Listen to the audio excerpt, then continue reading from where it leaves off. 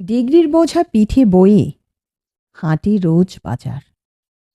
চাকরির খোঁজে পথে পথে হয়নি আজও আর। ইন্টারভিউ 1, ইন্টারভিউ 2, মাস কেটে যায়।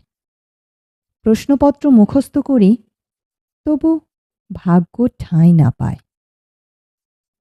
আবেদনের কাগজ জমা, প্রতীক্ষার আর শেষ কই। ফল প্রকাশের দিনও দেখি তালিকাতে নেই নাম ওই। চাকরি হবে স্বপ্ন দেখি, উত্তর আসে দেখি প্রতিদিনই ফুরিয়ে আসে।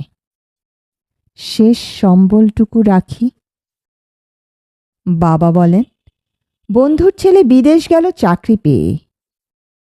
মা বলেন, পাশের বাসার ছেলেটা শহরে মস্ত হয়েছে। পড়শির চোখে প্রশ্ন দেখি, কবে মিলবে কাজ? বন্ধুদের আড্ডায় যায় না, প্রশ্নগুলো বাজে আজ। টাকা লাগে চাকরির জন্য, দিতে পারেনি ঘুষ। যোগ্যতাটা মাপতে গেলে শুনি, তোমার অভিজ্ঞতা ন্যূন। অভিজ্ঞতা হবে কোথা থেকে যদি কাজ না পাই? এই কথাটা বলতেই দেখি অফিস থেকে তাড়ায়।